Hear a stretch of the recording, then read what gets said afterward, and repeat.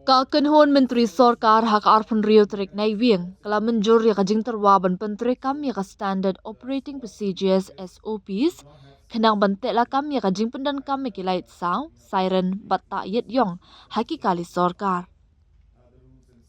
Kani karai kalong ru ban kedau syai mano bala ban pendan kam ya ki Siren bat mano bomday ban pendan kam bat mano bala ban ta yet yong mano ki bomla bat mano bala ban bot lait sao. Ya kini baro laya kran sani bham bat kadan kajing sngau hapo kakin hun menteri bakalong kebadan kam ya kikindon ki bantek la kam halor kajing pendan kam bakla ong menteri rang ba kajela u konrad ki sangma habak kran syakila pthai kubor hadin kajingalang hawat slik shilong. Ula pentip baya ki kali Sorkar ki bahaga kerdan Z+ onsha banta yit yong bat ya ki Siren la ban pendan kam tang da ki kali pulit emergency service bat ki kali pilot escort jong ki VVIP bat VIP.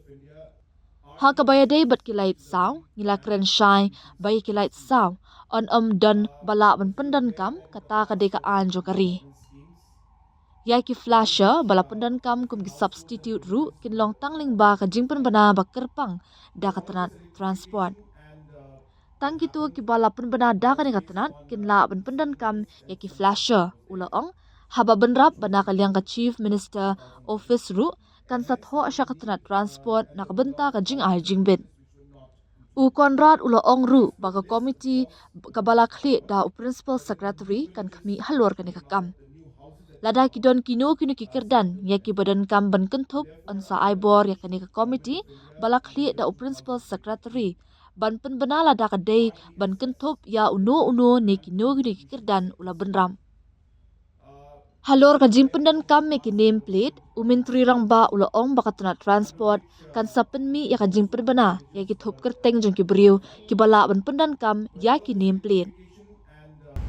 Proposal for adopting the standard operating procedures in matters of using of beacons, flashers, sirens, tinted glasses, etc. in official vehicles.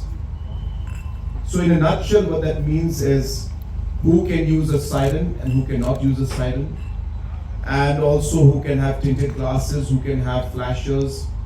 All of those aspects were discussed, and there is a strong feeling among the cabinet that there needs to be a mechanism that would control and limit the use of such kind of sirens, one we can hear right now, in the entire process.